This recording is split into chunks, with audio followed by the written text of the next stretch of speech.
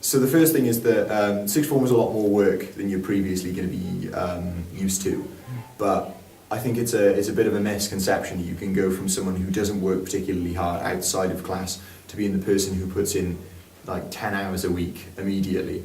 I think you've just got to start small. Say if it's like 20 minutes a night, 10 minutes a night, an hour every week, whatever's most comfortable with you, and if do whatever makes you happy. So if it is an hour with a snack or a cup of coffee or whatever it is beforehand, then work up. And then if, say you put an hour in the first week, or say you put in 10 minutes, and then you put 20 minutes, then you put 30 minutes, you get a month into the sixth form, you know, you're putting in however much, and it's compound interest, you know. If you build up slowly, by the time your exams come around, you're going to be so used to putting the work in outside of class that it's going to be easy for you. Don't underestimate the value of your AS levels. Literally, just like you see so many people not value their AS levels in the same way as a lot of other people do, and it means that they do so much catching up to do in the second year. You just got to get the work done. Don't leave it to the last minute. That's what a lot of people do, is what I did last year, and it's just a pain. You don't want to be messing up your exams, redoing them and everything. The thing which I think is the biggest change from GCSE to A-level is the workload. I think it is more difficult, the work that you do, but I think more important than that, there's a lot more of it. So I think from September you really need to work hard, because if you don't, you'll have a lot to catch up on. And another thing I would say is, at the time you come into sixth form, you really need to start thinking about what you do will help you in the future. So things like Welsh Back, for example, with some of the challenges you choose, you can choose things that are relevant to what degree you want to do, what apprenticeship you want to do, and they can really help you when it comes to things for applying for university, and also you'll be interested in them. I think it's really important going into sixth form to know that the workload is much more demanding than that of GCSE, and that with Welsh Back in particular, it's really something that still requires as much work as the other A-levels. Make sure to have some sort of extracurricular activity, because if you just study, you have to study, but if you just study and then your brain will really hurt, you need like something to de-stress, because it will be stressful. But if you enjoy the subjects you do, it really shouldn't matter that much. Don't sacrifice all your social life. It's not like you don't have to completely quit all the clubs and everything you're doing. It's a massive part of trying to help you stay on track and stuff. Not to say don't do any work, but just like, don't sacrifice all your social stuff. You make sure you're going out with your friends, doing your football clubs and your rugby clubs and whatever. So make sure that you just keep mental health, well-being, as well as your schoolwork.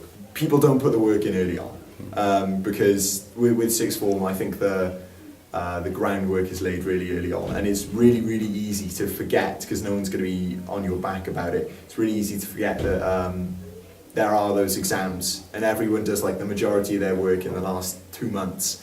And I think that if you just, you're not going to be you're not going to be as motivated in the beginning, because there's so much further away than you are in those last 2 months. But if you just say to yourself, you just discipline yourself to put in 2 hours or 3 hours, put in a little bit of work, so at least you're getting closer, So you're not completely without any work in those last few months. I'd say that's the biggest mistake. People don't put work in early on in the year, and they've got to rush at the end, and it can, you know, really ruin their grades. I won't name any names, but I know a few people in my year who are now currently doing all of their Welsh back, and this is stuff that they had to do from last year as well.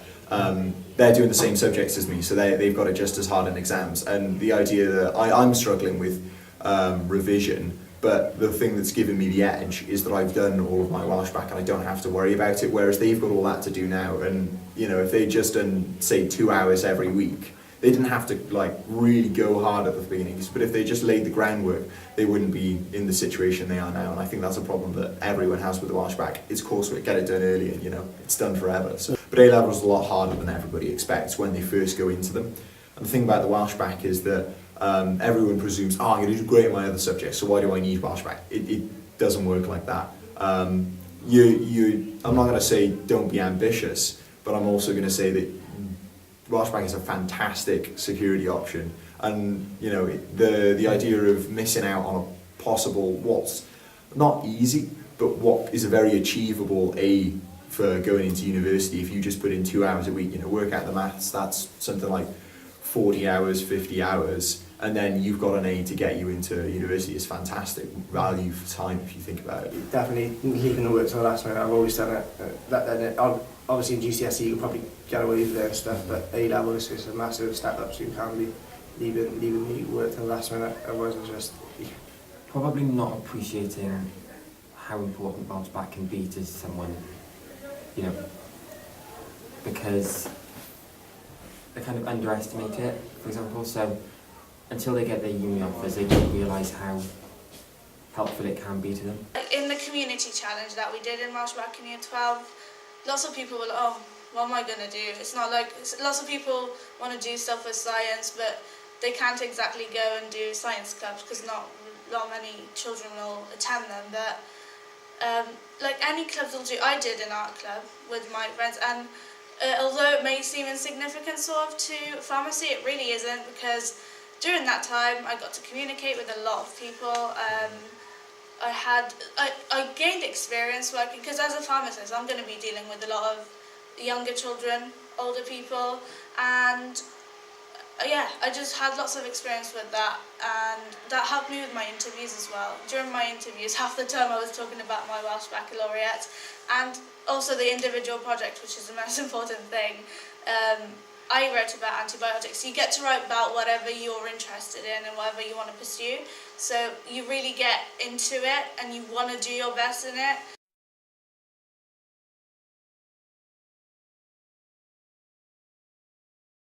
Start looking now at what universities you want. There'll be open days like you're able to go in and do now, so definitely start looking around, seeing what you like, thinking what you would want to do in the future, not just what pays the best thing. You want a job you want to enjoy, and obviously look into it more now. So when you're 13, you're sort of nailed on.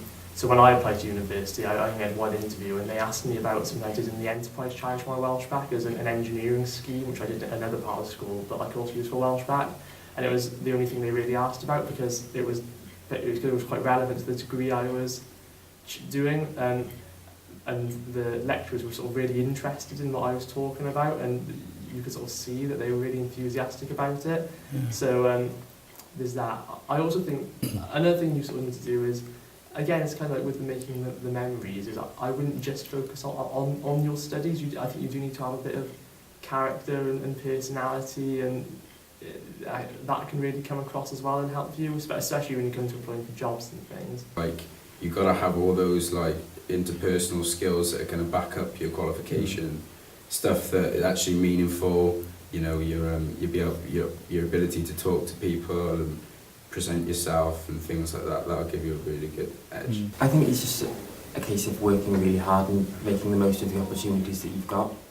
So, for example, when it came to the individual project in the Welsh back, I was able, and everyone else they can focus that project on something that they want to do in the future, which can be really helpful for talking about in a personal statement, because it shows a lot of enthusiasm and commitment to the subject. My project was about gene therapy and how that's currently being used, how scientists think it could be used in the future, and whether there's any problems associated with its use. So basically in year 12, obviously try your hardest in your studies and get the best possible grades you can, because that obviously will help, because it is a competitive thing applying for university. But also keep in mind extracurricular activity, and one of them being the Welshback, like the community challenge and working with people during that, and the enterprise challenge. You get to work with lots of people, and that's not only do universities want this, but employers as well. If you're not looking to go to university, if you get employed, they want you to be able to work in a team and be interactive with people and be able to present. We had the opportunity to present in front of our teacher. So all these things add up to what you need to be in the future as an adult. So we had to pick what we were going to talk about in our individual project quite early on the year in year 13. So I had the opportunity to write about that a bit in my personal statement, and everywhere I went they asked about that, and thank God I did a bit of research earlier on. So that not only helped me with my interviews, and not only did my interviewers see that how much I was interested in the topic, that helped me on with my actual individual project at the end of the year. The thing about Welshback is that it is what you make it, and so you get a lot of autonomy. This is the best bit about the Welshback, I think, is that with all your other exam subjects, everyone's funneled into a very tight area, and so everyone's going to end up with the same stuff on their personal statement. I did chemistry, it taught me this, it taught me this, it taught me this, and I got this grade. You're going to have the same as everybody else who got that grade in chemistry, whereas in Welshback, you can get the exact same grade as someone else, but have done completely different things and have got way better stuff to put on your personal statement. The best thing I did with my Welshback was that I want to go into business, and so I started treating my Welshback project to start a club like a business. I said, if I was going to do this for money, how would I run it? And I took that attitude, and I think the value that it taught me about salesmanship and marketing and all those things, it was incredibly fun. It didn't feel like work when I was doing my Welshback, because I put my own spin on it, and I'd say that's exactly what you need to do with Welshback. Put your own spin on it, have concrete examples of who you are and why those people need to hire you, give you that course rather than someone else, and Welshback's a fantastic opportunity to do that whilst also getting an A. A popular misconception is that all you do is work and nothing else. I mean, there's lots of things you do in the sixth form which aren't just work. So the charity day is a key one, I think. It's a lot of work, but you can have a lot of fun in sixth form. I mean, I personally, I'd say year 12 was probably the best year for me that I had throughout the 7 years I was in school, because I just find it the most enjoyable. So even though it will be a step up and it will be tough, if you work hard, you can get over it and enjoy yourself.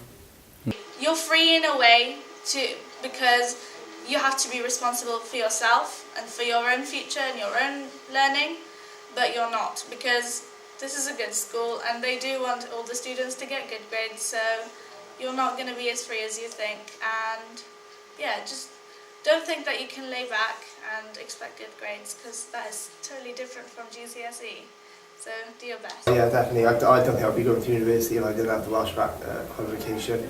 It's a lot of work, but like once you get the work done and you learn the experiences, like going out, making your own sessions, coaching the younger kids. Yeah. It gives you like coaching experience. It's helped me with my PE as well.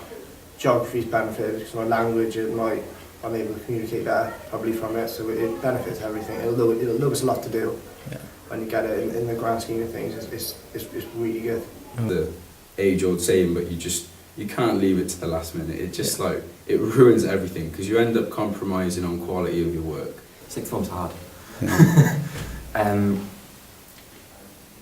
Yeah, just kind of like, although it's going to be hard sometimes,